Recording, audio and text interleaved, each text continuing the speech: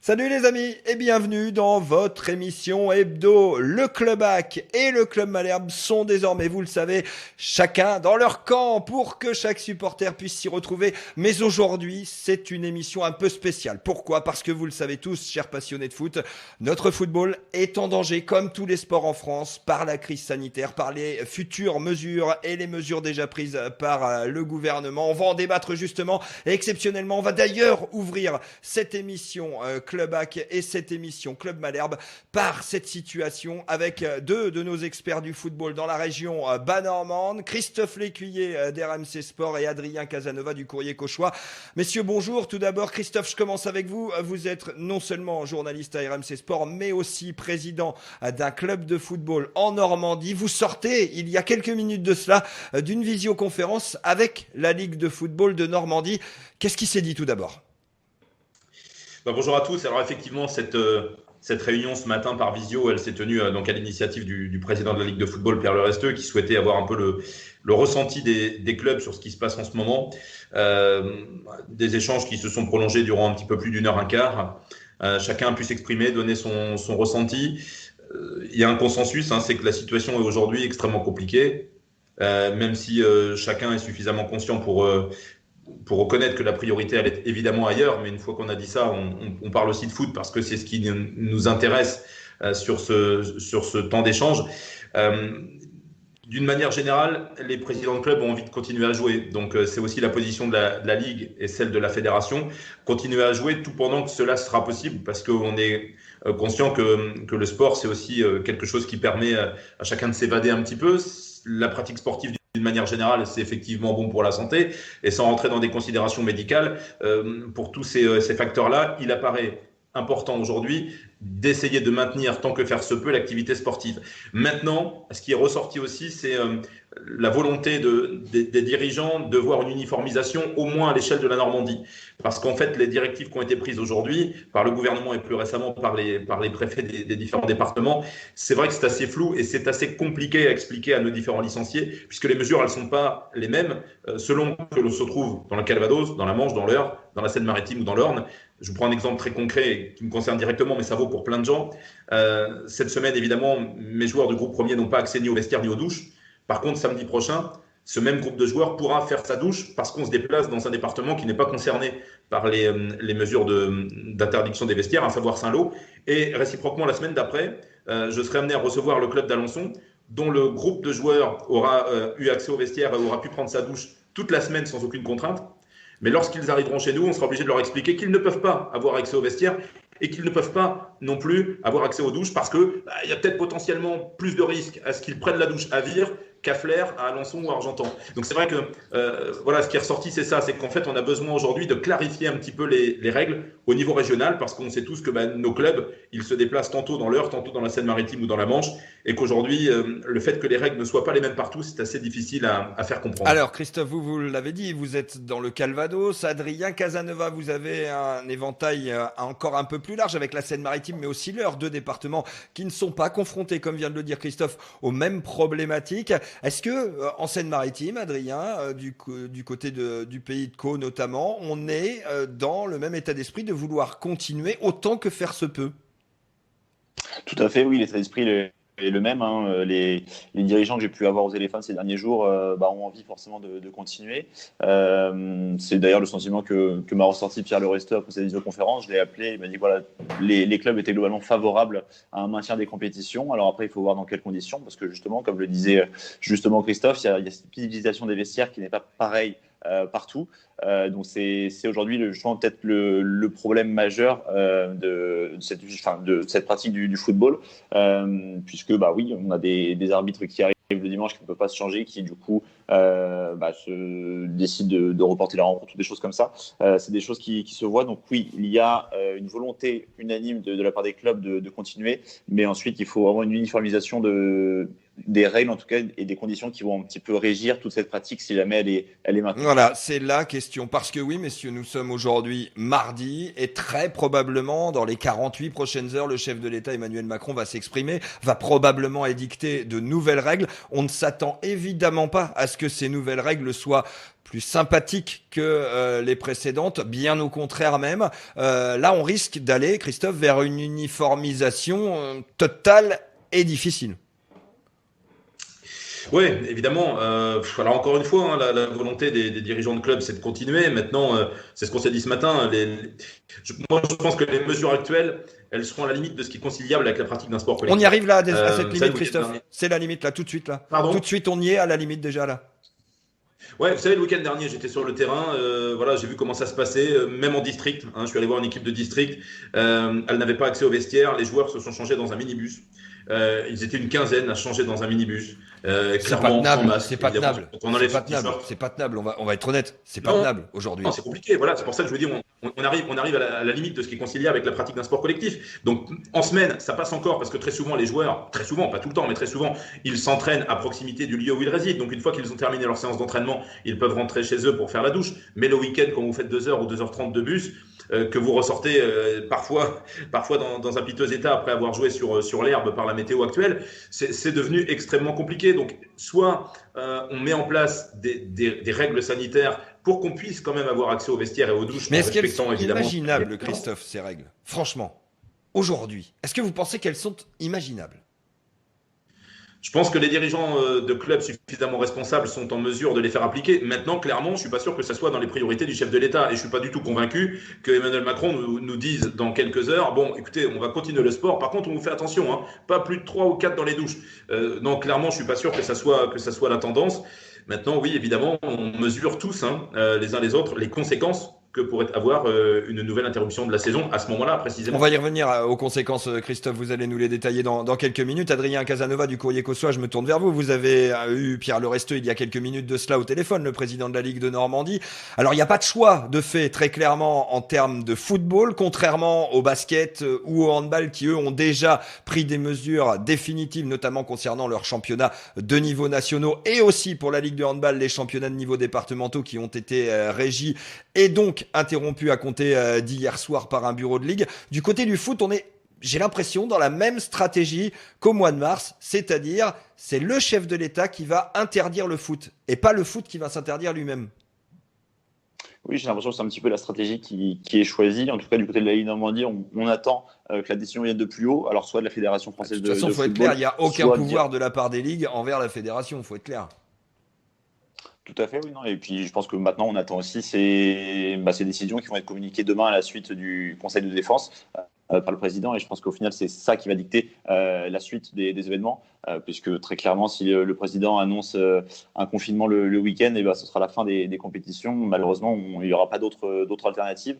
Idem, si c'est un couvre-feu en semaine à 19h, ça sera de plus en plus compliqué pour les amateurs d'aller s'entraîner.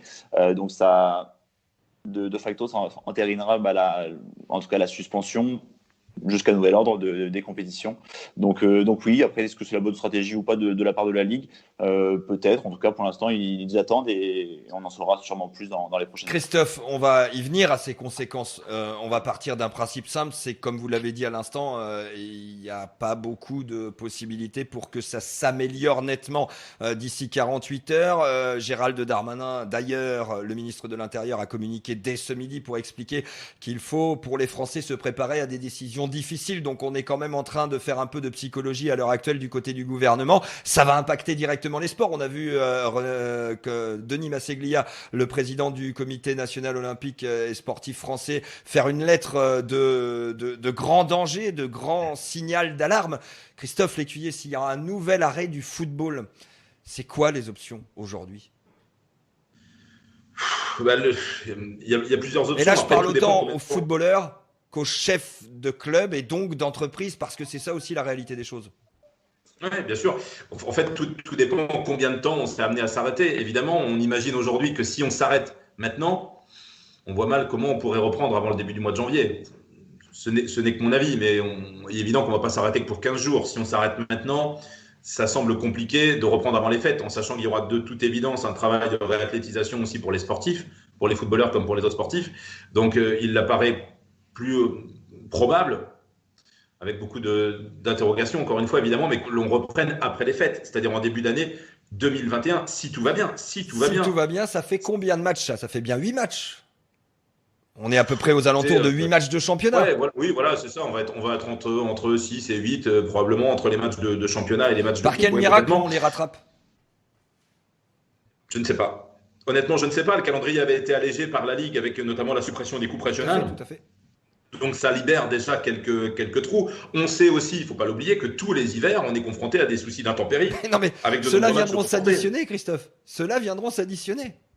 Alors oui, ou pas en fonction de la date à laquelle on redémarre. Parce que si on redémarre au mois d'avril, bon, j'espère pas, hein, évidemment, je croise les doigts. Si on redémarre au mois d'avril, on a quand même une forte probabilité d'avoir laissé derrière nous les soucis d'intempéries.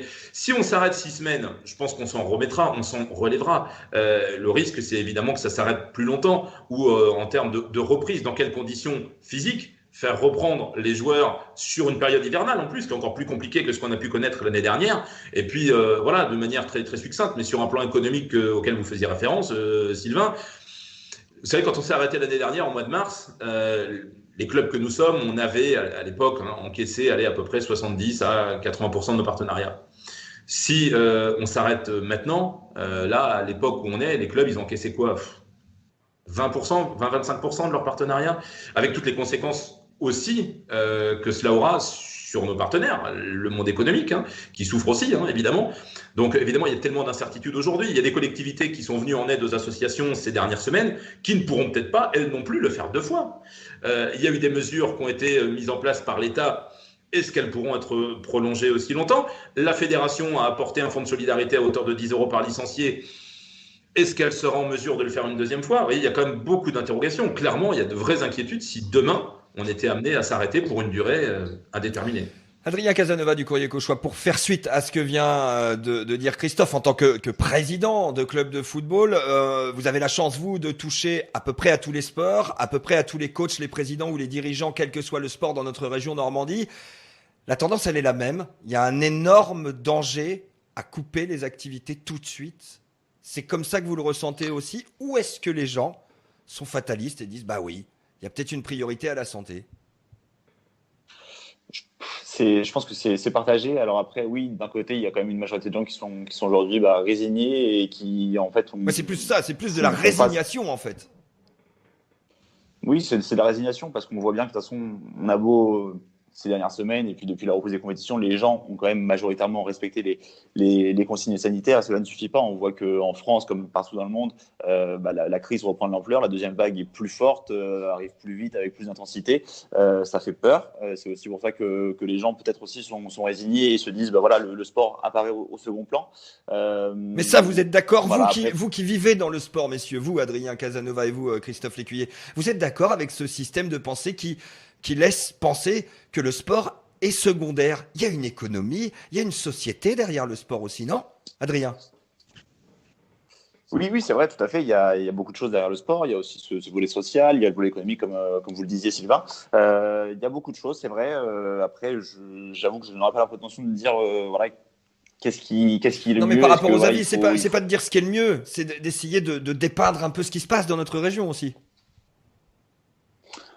Dans notre région, oui, les gens en tout cas sont... Ouais, je sais pas comment dire ça, mais je sens en tout cas un petit peu d'abattement de la part des dirigeants de club, pardon. Il y a de l'abattement. Les gens aussi, comme le disait tout à l'heure Christophe, il y a beaucoup d'incertitudes, donc on attend de voir un petit peu comment tout ça va évoluer. La date de janvier, par exemple, il y a déjà des fédérations qui l'ont pris. Je pense notamment au badminton. Ils ont déjà suspendu toutes les compétitions nationales jusqu'au 31 décembre. Est-ce que c'est le choix à faire? Ça, on va le voir dans les prochaines semaines, mais c'est peut-être une solution, se dire on arrête plusieurs semaines, et puis ou sinon après on reprend ensuite en janvier, et puis le côté sportif on le laisse de côté avec une saison blanche pour tout le monde, et puis par contre on essaie de continuer à maintenir un peu d'activité et de lien social pour entretenir aussi le volet économique à côté en parallèle. Ça peut être la solution, mais aujourd'hui j'avoue que j'ai pas assez de recul et je suis dans l'incertitude un petit peu comme les dirigeants. Christophe, je termine avec vous. Est-ce que vous êtes dans la même incertitude qu'Adrien aujourd'hui? Est-ce que vous avez peur tout simplement des prochaines annonces d'Emmanuel Macron? Ouais, on s'interroge évidemment. Puis, ça y est, il y a tellement de facteurs qui rentrent en ligne de compte, c'est ce qu'on disait. Et il y a l'aspect social, parce que le sport, c'est aussi un moyen d'évasion, pas que pour ceux qui le pratiquent, pour ceux qui le suivent aussi. On a tous dans nos associations des gens qui viennent voir les matchs le week-end, des personnes âgées ou moins âgées d'ailleurs, qui viennent partager ces D'où émotions, l'appel du qui viennent, comité national olympique il y a 24 heures bien de ça, sûr, c'est exactement la teneur de cet appel.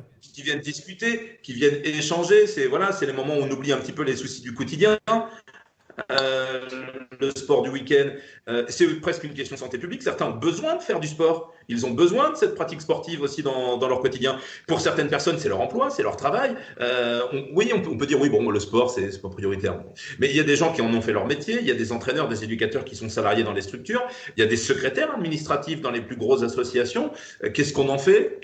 Enfin, voilà, oui, évidemment, il y a une inquiétude, même si on comprend qu'évidemment, les mesures qui seront prises s'imposeront à nous. On n'aura pas le choix que de les accepter, mais ouais, ce sera source évidemment d'inquiétude. Comment le sport pourra se remettre d'un deuxième confinement si celui-ci était décidé demain? Honnêtement, oui, il y a matière à réflexion et à inquiétude. Grandes inquiétudes et grandes réflexions. Merci messieurs, il est l'heure d'aller maintenant plonger dans la deuxième partie de cette émission parce que Emmanuel Macron va peut-être annoncer l'arrêt des compétitions, mais il y a en tout cas le sport professionnel qui survit et nous on plonge dans le Havre Athletic Club.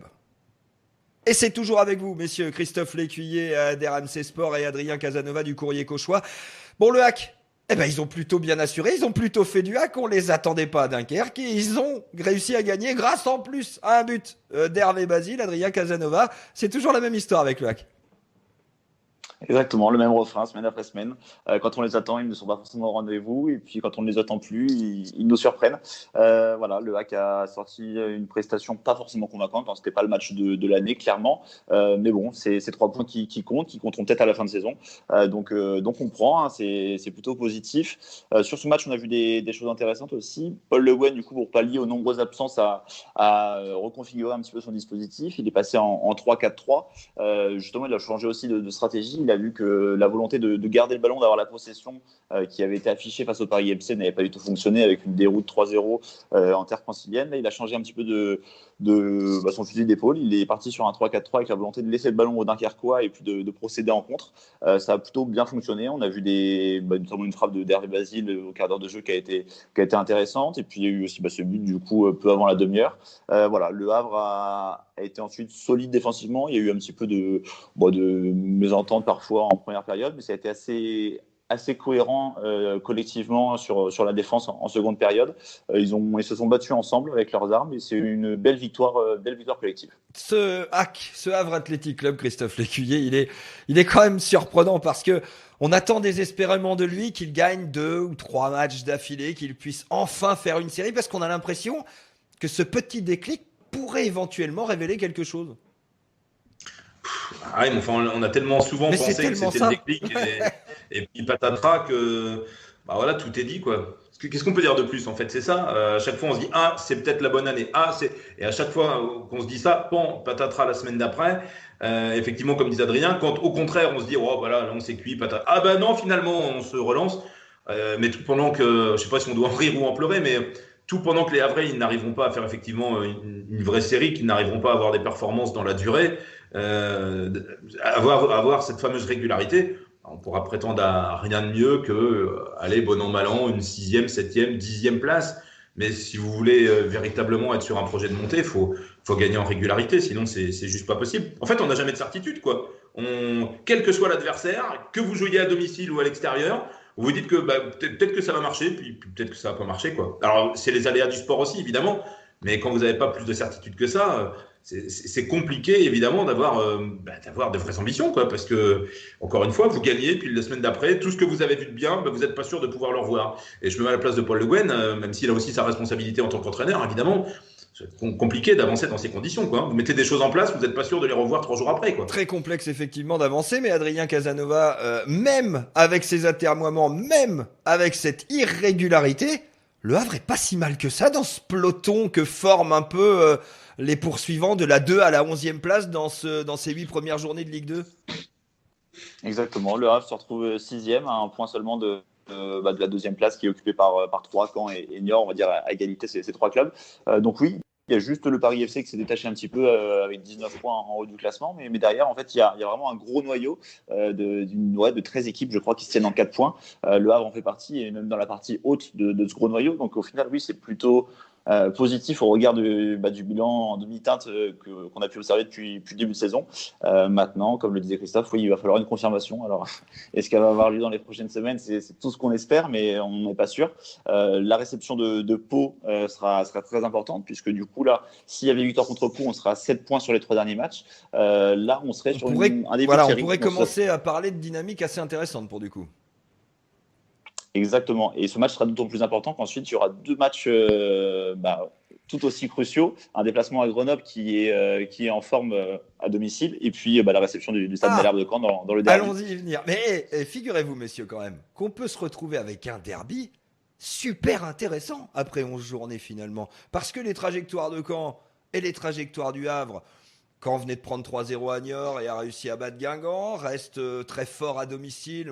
Encore un peu juste à l'extérieur, en tout cas pas pour se détacher, va jouer au Paris FC samedi pour sa prochaine journée.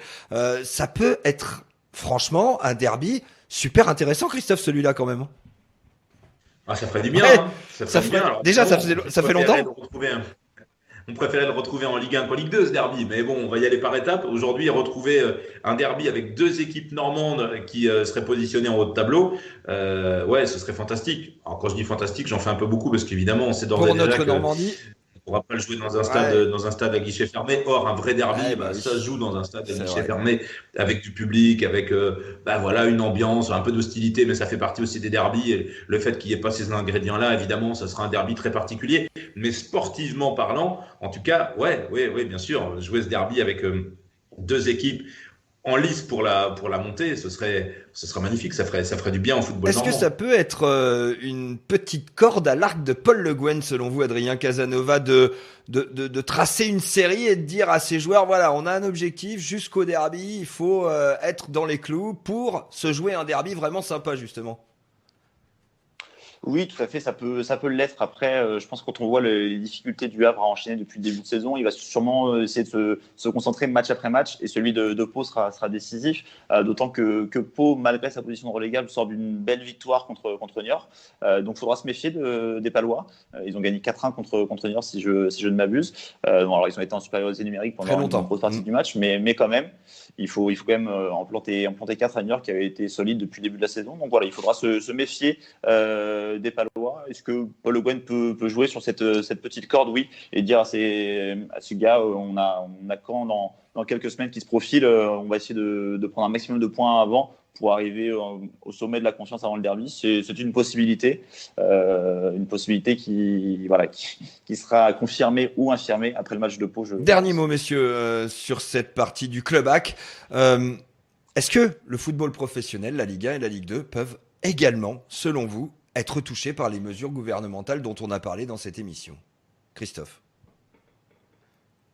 Je pense que le gouvernement va tout faire pour l'éviter. Quand on connaît la situation du football français en ce moment, on parlait du foot amateur tout à l'heure, mais le foot professionnel, il est dans un piteux état aussi, avec énormément d'incertitudes, parce qu'eux, ils ont les incertitudes du Covid, mais ils ont les incertitudes de Mediapro. Donc, si demain, tout venait à s'arrêter, vous donnez, j'ai envie de dire, presque du grain à moudre à Mediapro, dans ce cas-là, ce serait extrêmement compliqué. Donc, je pense que tout va être fait pour éviter ça. Et puis, encore une fois, il y a des mesures qui sont sûrement plus faciles à mettre en œuvre au sein des clubs pro aujourd'hui, déjà parce que les matchs ils sont retransmis à la télévision, donc on peut les suivre depuis chez soi, parce que c'est beaucoup plus facile d'instaurer un huis clos dans un terrain, dans un club professionnel que dans un stade de la Folie Couvre-Chef ou je ne sais où, évidemment, qui n'est pas clôturé de toutes parts. Je vous cite ce cas-là parce qu'on l'évoquait justement aujourd'hui en visioconférence avec les clubs. Il y a des mesures qui sont mises en place, qui sont parfois difficiles à mettre en œuvre et qui, pour le coup, peuvent être quand même plus simples à appliquer au niveau du sport professionnel. Et quand on connaît les enjeux économiques, je pense que tout va être fait pour ne pas que que le sport professionnel s'arrête demain. Merci messieurs d'être venus dans ce Club Hack. Merci à vous Christophe Lécuyer d'RMC Sport. En plus que de votre costume très intéressant, encore plus que d'habitude de président de club de niveau national, pour nous éclairer sur cette période extrêmement compliquée. On espère que les Havrais, vos Havrais, Adrien Casanova du Courrier Cauchois, vont réussir enfin à confirmer, et on se retrouve la semaine prochaine. On connaîtra l'ampleur des mesures, on connaîtra le menu pour le football des prochaines semaines. D'ici là, portez-vous bien, soyez prudents. C'est une des clés aussi de la fin de cette pandémie. Salut et bonne semaine.